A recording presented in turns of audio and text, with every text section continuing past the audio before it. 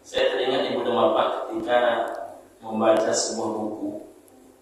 Kalau tak salah judulnya antara Al-Quran, Bible, dan Science Model. Ditulis oleh seorang perempuan Prancis, Profesor Maurice Bucaille. Jadi Profesor Maurice Bucaille ini ibu dan bapak anti kepada Islam. Saking antinya dia kepada Islam, dia ingin membuktikan bahwa Al-Quran yang kita yakini, kita imani ini salah. Saking kuatnya hati dia untuk membuktikan, dia pelajari bahasa Arab. Sudah mulai lumayan bahasa Arabnya, dia pelajari Al-Quran. Akhirnya dia hafal Al-Quran 30 juz dalam keadaan kafir. Pak ibu dan bapak, orang kafir tapi hafal 30 juz. Kalau sempatnya muslim ini ikutlah hafal tuntaslah sudah. Tapi ketika dia selesai mencari, menggali, memperhatikan, menengok seluk-beluk Al-Quran, apa perkataan Maurice Bucaille? Al-Quran ini kata dia, semakin ku cari kekurangan dia, yang kutemukan hanyalah kesempurnaannya. Semakin ku cari buruknya, yang kutemukan hanyalah keutamaan dan kelebihannya. Maka Al-Quranlah satu-satunya kitab yang berani menantang peradaban. Wa in kuntum fi raibin mimma nazzalna ala 'abdina fa'tu bi suratin min mislihi wad'u syuhada'akum min dunillahi in kuntum shadiqin. Coba datangkan satu surah saja semisal Al-Quran. Tak sendiri, wad'u syuhada'akum. Ajak orang lain yang satu pemikiran dengan dirimu, kata Allah, untuk menawan Al-Quran jika kamu adalah orang yang benar. Tapi dijamin oleh Allah Ta'ala, inna nahnu nazzalna dzikra wa inna lahu hafizun. Kami, kata Allah, yang menurunkan Al-Quran, dan kami, kata Allah, yang menjaga Al-Quran. Kalau ibu dan bapak suka menyimak ceramah Syekh Ahmad Deedat dan Syekh Zakir Naik tentang ilmu perbandingan agama itu, salah satu yang selalu mereka tanyakan kepada Bapak, sejak kapan Isa alaihissalam berganti peran dari Rasul menjadi Tuhan? Itu saja yang boleh ditanyakan kepada Bapak rahimahumullah. Kalam kabur orang menjawab, dan tidak ada jawabannya. Kenapa demikian? Ibu dan Bapak rahimahumullah, Al-Quranlah yang menjadi pembeda seluruh itu. Maka Al-Quran itu selain sebagai hudan, petunjuk, Al-Quran itu adalah Al-Quran pembeda. Maka Al-Quran ini, kepada Bapak rahimahumullah, jangankan kepada orang waras, jangankan kepada orang berilmu, maaf, jangankan kepada orang beragama, yang tak beragama pun bisa menghafal Al-Quran. Saya diundang ceramah di salah satu tempat ibu dan bapak. Saya nyampe ke sana jam 6. Jadi karena masih cukup jauh waktu ke maghrib, saya pun habis melakukan perjalanan jauh, maka kemudian saya pun istirahat dalam mobil sampai lebih kurang 15 menit kemudian. Saya pun ambil wudhu. Setelah ambil wudhu, saya pun masuk masjid. Bertemulah saya dengan seorang laki-laki muda yang membaca Al-Quran dari tadi dari jam 6. Rupanya muda bapak, ketika saya tanya namanya dia diam. Ditanya, apakah kamu tinggal di sini? Dia diam juga. Akhirnya karena 2-3 pertanyaan tak direspon dia, saya pun ambil niat sholat sunat tahiyat masjid. Selesai sholat sunat tahiyat masjid, datanglah seorang bapak Parubaya. Apa kata dia? Pak Ustaz, ada tadi yang menyambut Pak Ustaz datang di masjid. Ada tadi anak muda kita yang sedang mengaji saja. Maaf ya Pak Ustaz, itu keponakan saya. Kalau ada etika dia tak, saya minta maaf sebagai bapaknya.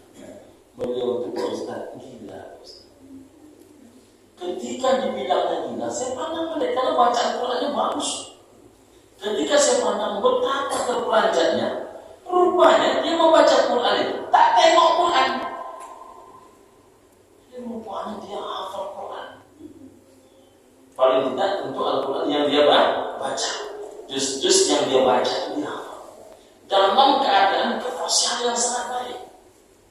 Jadi rupanya Pak, orang bisa kehilangan akal, tapi orang tidak bisa kehilangan bacaan Al-Quran. Jadi kalau yang tidak waras saja bisa hafal Quran, apalagi yang waras-waras semua. Tentu lebih bisa hafal pasti.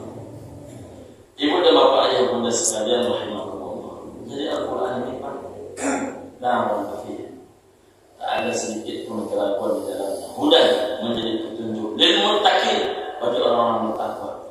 Sampai ini, perahu ini, kapal ini baru bisa berlabuh dia ke tempat yang tepat kalau kompasnya baik. Bagaimana kalau kompas itu dalam hidup saya rasakan tak tepat untuk saya, Ustaz? Ini contoh di antara ayat-ayat yang selalu diperdebatkan orang. Contohnya ayat tentang pembagian harta warisan. Ini berada Pak, pembagian harta warisan, ya kan?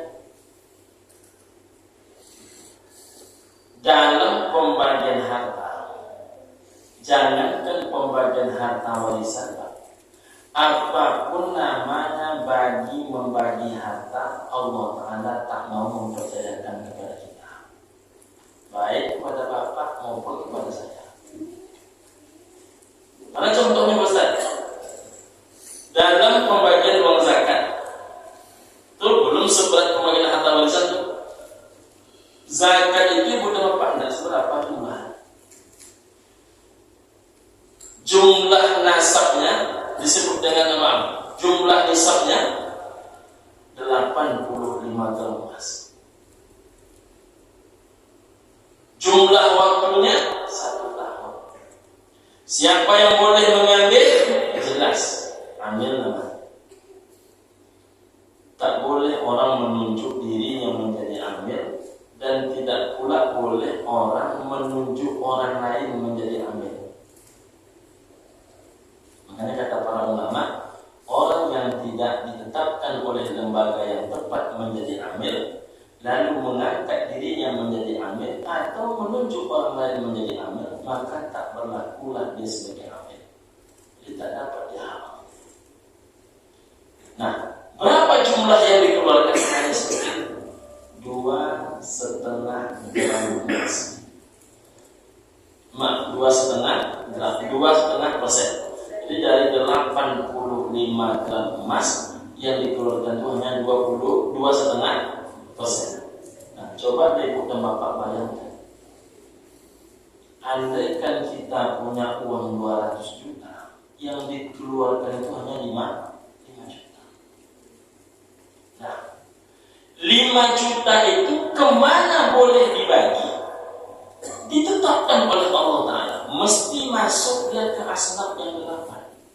Tak masuk dia asnaf, tak boleh. Masjid, tak masuk. Anak yatim, tak masuk. Panti asuhan, tak masuk. Ukuran masuknya asnaf. Masuk dia ke asnaf, boleh dibagi. Tak masuk dia ke asnaf, tak boleh dibagi. Bagaimana kalau adik kandung kami itu hidupnya susah, Ustaz? Rupanya ketika kita cek, mobil Avanza-nya 2. Cuman yang bertanya di mobil Alphard-nya 2. Lebih susah dibandingkan kakak dan abangnya, betul. Tapi dia tak layak menerima. Maka tolak ukur menerima itu asnafnya. Maka dalam pembagian harta warisan itu, dalam pembagian harta zakat itu, Allah Ta'ala tak mempercayakan kepada kita. Jadi kalau dalam pembagian harta zakat Allah Ta'ala tak mempercayakan kepada kita, macam mana pula Allah Ta'ala mempercayakan kepada kita tentang warisan? Di mana contoh beratnya Pak Ustaz? Yusikumullahu fi auladikum. Allah Ta'ala mewasiatkan kepadamu. Ini wasiat itu harus perintah. Salat, perintah. Tapi kalau ayah itu ngomong, kamu salat. Sekali ayah bilang salat, jangan pernah kamu tinggalkan salat. Ayah hidup kamu salat, ayah mati kamu pun salat. Tak kamu salat, tak ada gunanya kamu hidup. Kalau udah macam itu, ayah kita mengejek. Itu namanya apa? Wasiat. Ini Allah Ta'ala yang berwasiat. Yusikumullahu fi auladikum. Allah Ta'ala mewasiatkan kepadamu dalam urusan anak-anakmu bahwa lidzakari satu orang anak laki-lakimu mislu sama haknya dengan hazlil unsayai, dengan dua orang anak perempuan. Oh, ini tak mudah nih bunda. Di mana beratnya Pak Ustaz? Kita orang gampang, cenderung kepada anak perempuan. Macam mana bila hati cenderung kepada anak perempuan, tapi disuruh melebihkan kepada anak laki-laki? Ini tak mudah. Kalau orang gampang macam itu, orang Minang macam itu juga. Jangan tak? Orang Minang cenderung kepada anak perempuan. Lalu disuruh satu orang anak laki-laki, jatahnya sama dengan dua orang anak perempuan. Oh, berat bagi orang Minang. Bagi saya biasa, oh berat itu. Saya emak orang gampang, cenderung ke perempuan. Ayah orang Minang cenderung kepada anak perempuan. Istri orang Minang cenderung kepada anak perempuan. Mertua laki-laki orang Minang cenderung kepada anak perempuan. Mertua perempuan lahir di Medan tapi asal usulnya Minang juga, cenderung juga kepada anak perempuan. Maka apa katanya? Berlaku adillah engkau di antara anak-anakmu. Jika aku boleh memilih, aku pun lebih cenderung kepada anak perempuan. Kalau boleh memilih, tapi ini tak boleh memilih. Ini ayat sam'an wa ta'atan, sami'na wa ta'ana. Bisa kata kita, Pak. Kalau kata kita, ambo sebenarnya Pak Ustaz, kalau perasaan ambo bertubikan, ambo ingin anak padusi kok malah biasa. Karena kalau kami di kampung Pak Ustaz, di hari tua tu gaya kok kan rumah anak padusi. Ya kalau orang Jawa, tambah pula orang Jawa tu anaknya laki-laki buat semua kan. Ya maksudnya orang Jawa, Melayu, Medan lebih cenderung kepada anak laki-laki. Hati lebih cenderung kepada anak perempuan, sedangkan agama menyuruh melebihkan hak laki-laki. Oh, kalau boleh saya memilih Ustaz. Kok dari rumahku punya anak padusi, tapi bapak tidak dikasih oleh Allah Ta'ala itu hak memilih. Ini yang harus dipahami oleh orang beriman. Bapak, saya, kita semua tidak diberikan oleh Allah Ta'ala hak memilih. Kalau boleh memilih, cincailah. Ini tak ada hak memilih. Ini haknya wa idza tuliyat alaihim ayatuhu zadatuhum iman. Kalau mendengar ayat Allah bertambah. Paling-paling dia bertanya, memang kalau laki-laki berarti ya Ustaz? Paling-paling cuma itu pertanyaannya. Memang kalau laki-laki berarti ya Ustaz? Ya ada orang bertanya, ada orang nanya. Dan pada yang payah menjawabnya orang menanya. Kalau orang bertanya, dapat jawabannya diam. Kalau orang menanya, dapat jawaban mencari pertanyaan lain.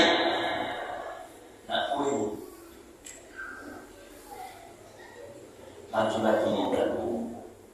Kalaulah laki-laki tahu siapa itu laki-laki, bisa nggak tamak kalau laki-laki?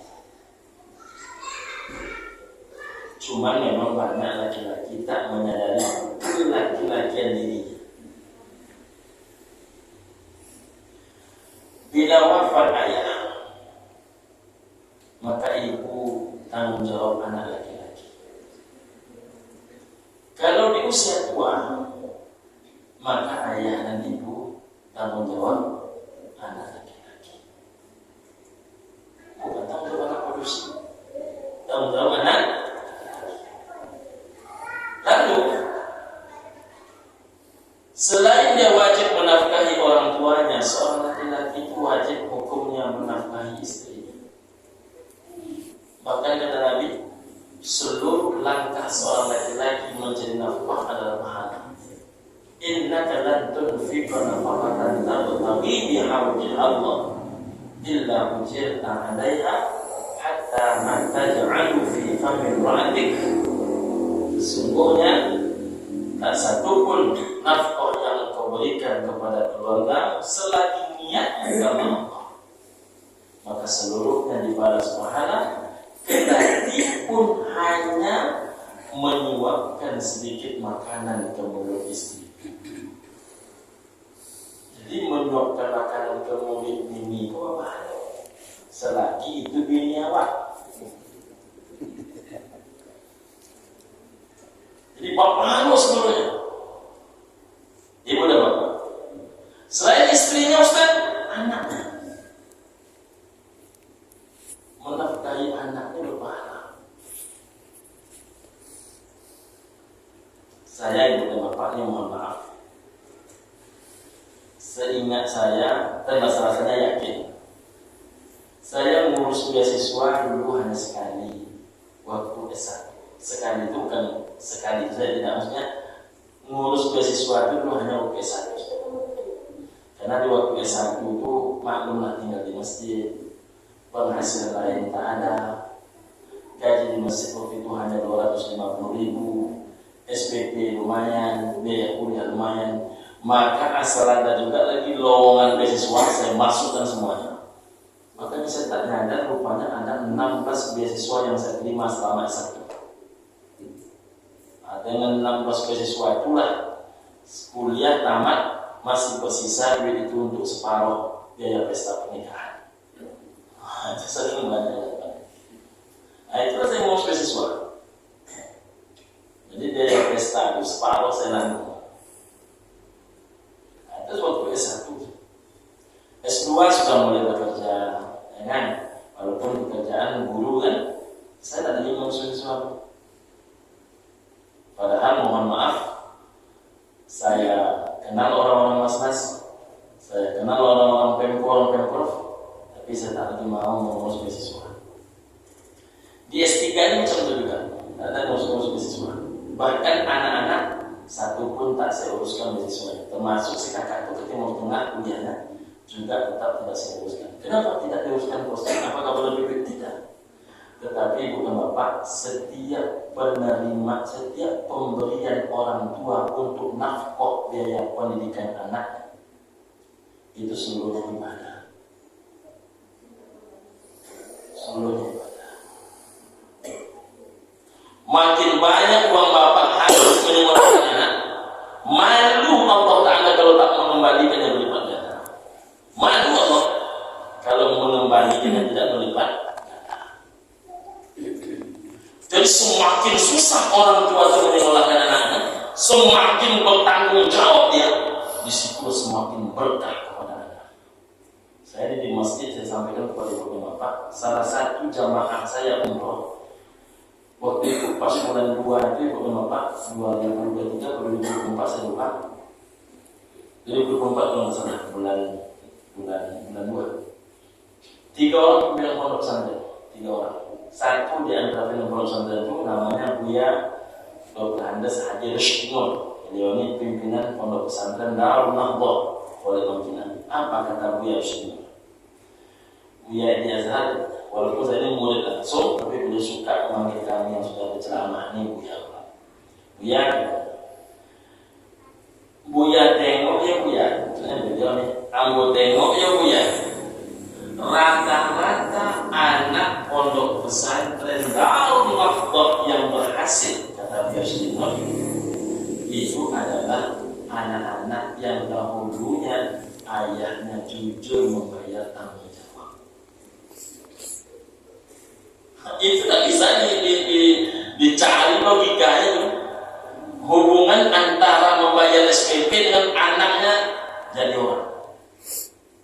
Dan itu ngomong bukan orang sembarangan, pimpinan pondok, orang ngomong sakit.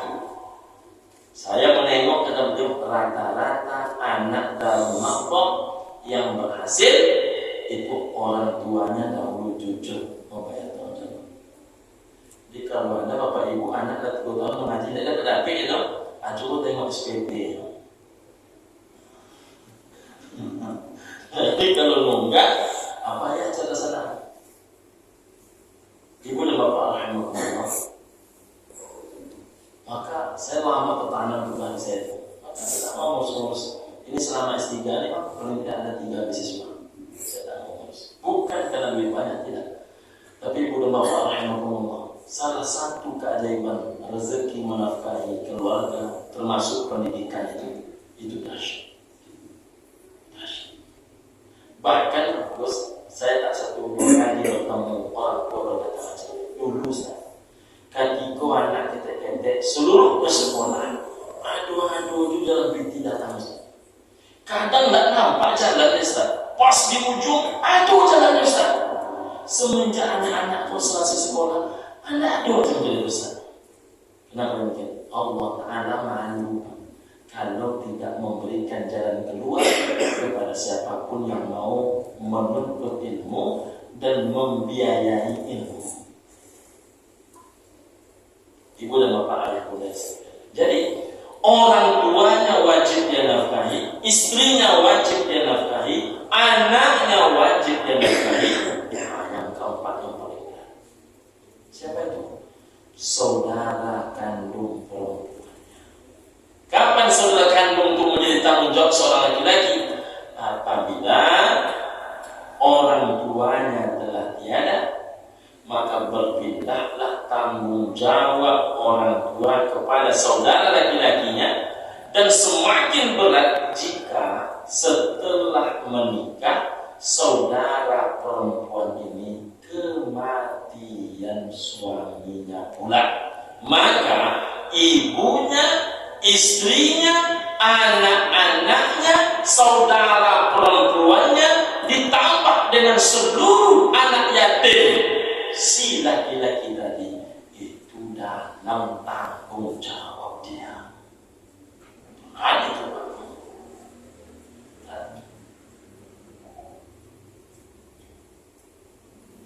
sekarang banyak orang yang rajin sholat tapi dalam hal ini tak ada. Ini bang, maka agama ini mengajarkan lebih untuk laki-laki.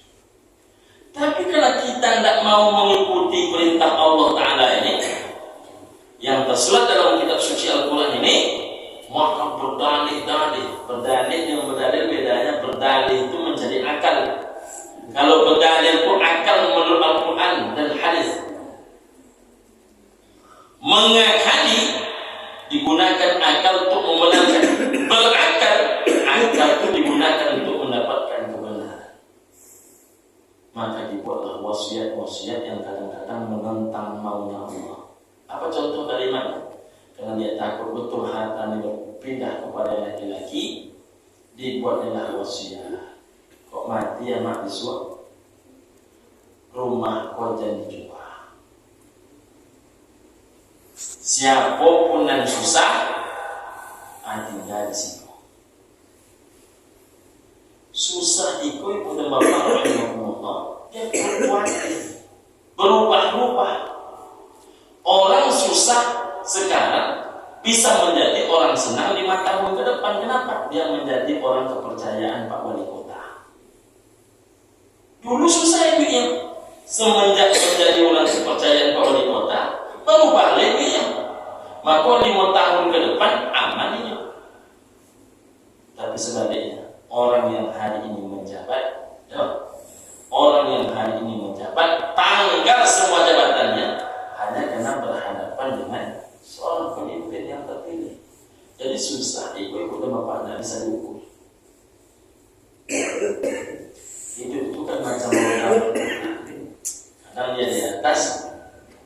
sedangkan dia di bawah. Macam mana kita bisa menebak orang susah dan susah? Nasib ini kan ibu dan bapak rahimahumullah berubah-ubah. Kalau ibarat roda yang berputar, kadangnya dia di jalan yang di bawah, ada kadang-kadang macet. Itu di lamun di bawah. Nah, anak ibunya 4, ini kasusnya. Anak ibunya 4, laki-laki, perempuan. Laki-laki, perempuan. Apa kata ibunya? Pokoknya rumah kau jangan dijual. Siapapun yang susah tinggal di situ. Tak satu pun abang-abang ini marah. Sampai akhirnya ibu dan bapak wafatlah ibu. Wafat ibu ini, rumah adik yang perempuan itu yang menjaga. Ada yang komplain Ustaz, enggak ada.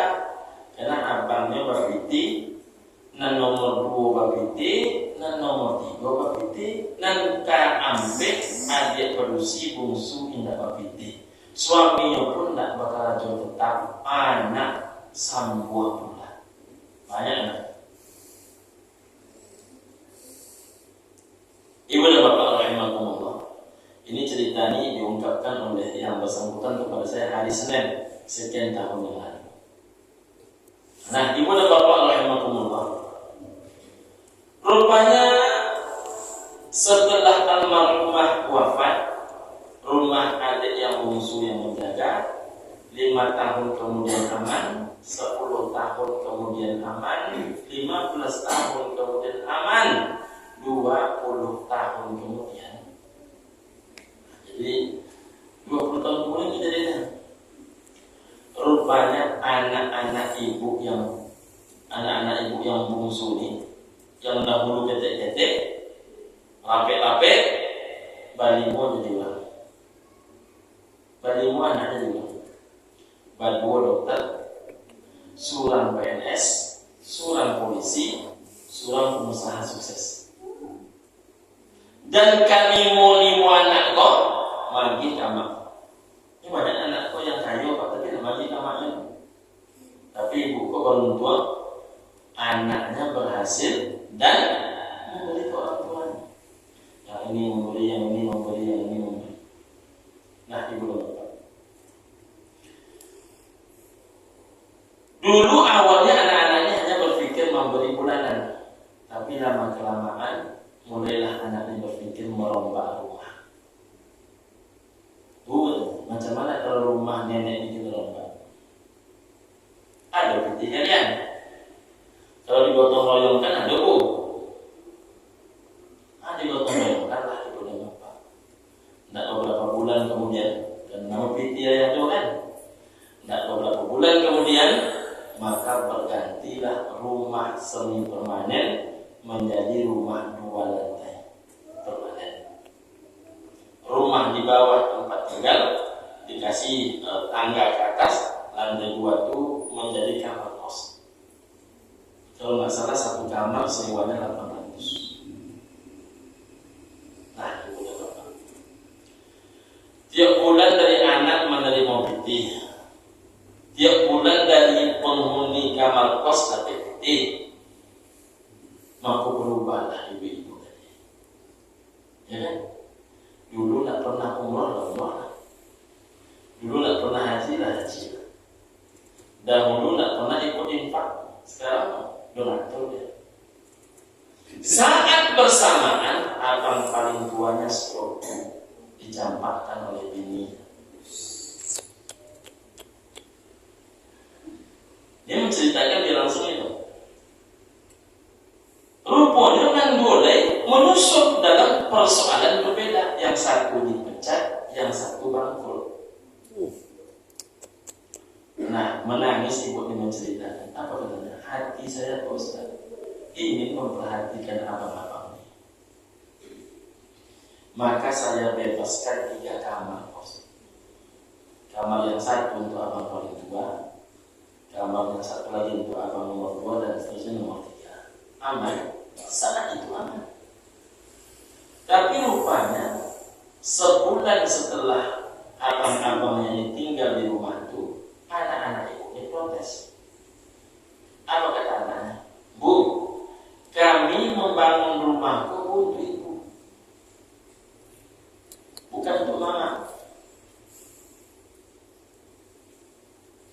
berarti mama kau bukan berapa lama tinggal di sini.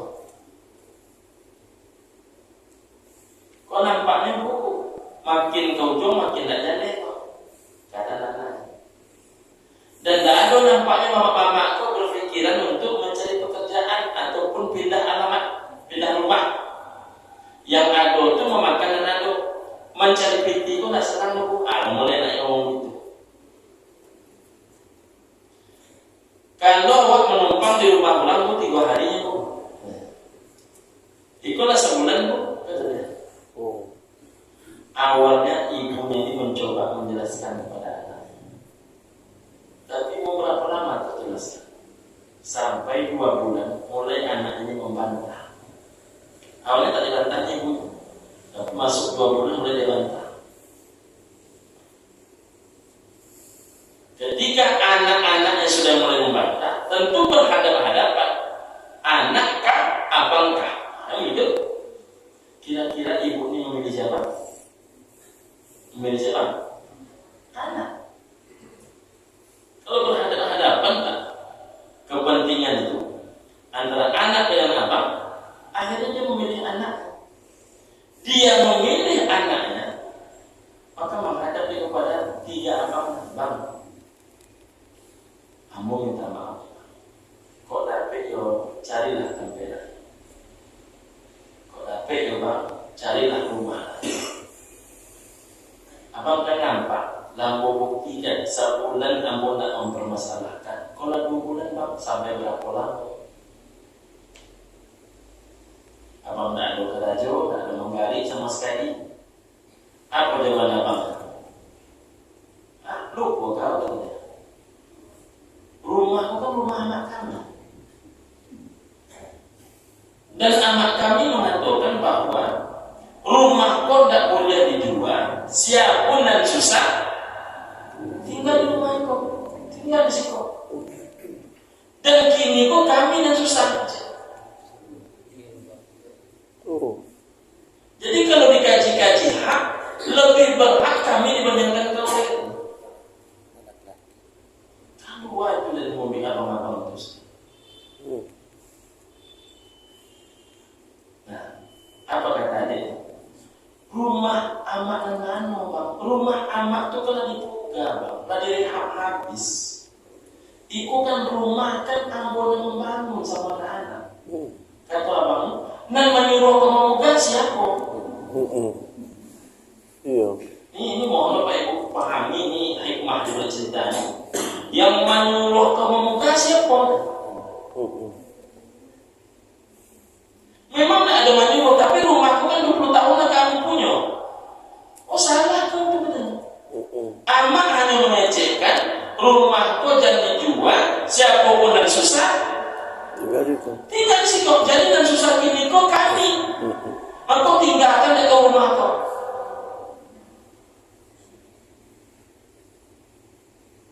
Apa yang terjadi Pak? Berkelahi. Berkelahi. Kemudian ibu ini suaminya orang Kalimantan. Apa kalimat terakhir abang-abangnya kepada adik kandungnya? Kalau karibana hati kau mengatakan rumah kau, maka angkat rumah kau pindahkan ke Kalimantan, tinggalkan tanah mak kami. Padahal kami bangun rumah mak kami gitu. Itulah akibat membuat wasiat siapapun yang susah tinggal di situ. Itu baru saja masalah apa? Itu belum kita mengungkap masalah-masalah lain. Bagaimana kalau seandainya ibu dan bapak rahimahumullah sudah bagi rantau saja Ustaz? Nah, ini kita juga nih. Salah satu orang kaya di Pekanbaru, ibu dan bapak bagi rantau. Setelah dibagi rata oleh ibunya semasa hidup, bapak ibunya 5 tahun kemudian anak laki-laki ini ikut pengajian. Pulang pengajian berkata, sebetulnya pembagian harta tua maaf itu tidak sah. Mengamuk dan produksi sampai keluar kalimat ini nilai kamu baik bu, tapi jangan yang buruknya diambil. Ini kalimatnya saja. Kalian laki-laki itu kadang Sarawak katanya Rasul. Oh itu kalau orang Minang sampai ke tinggi daerah apa? Kadang Sarawak ada juga. Dulu kan kita berkomitmen di Muqamat, harto di Batirato. Iya, tapi kan pembagian harta macam itu salah, nak tapik secara syariat. Itu katanya laki-laki. Akhirnya dia bawa ke pengadilan, rupanya mana ibu dan bapak rahimahumullah dibagi harta sesuai dengan syariat, sedangkan harta itu sudah berlangsung 5 tahun. Di atas tanah itu sudah terbangun ruko, di atas tanah itu sudah terbangun rumah. Apa jadi? Mohon maaf, cari-cari. Iko membaca ini, hati-hati betul. Saya tidak membahas tentang buru-burunya itu, tapi yang saya ingatkan, hati-hati betul dalam membagi harta warisan. Mesti pulangkan kepada hukumnya Allah Subhanahu wa Ta'ala. Itulah tadi kita malam ini. Semoga ada manfaat, ada kebaikan. Terima kasih. Subhanakallahumma rabbana bihamdika asyhadu an la ilaha illa anta wa astaghfiruka wa atubu ilaik. Assalamualaikum.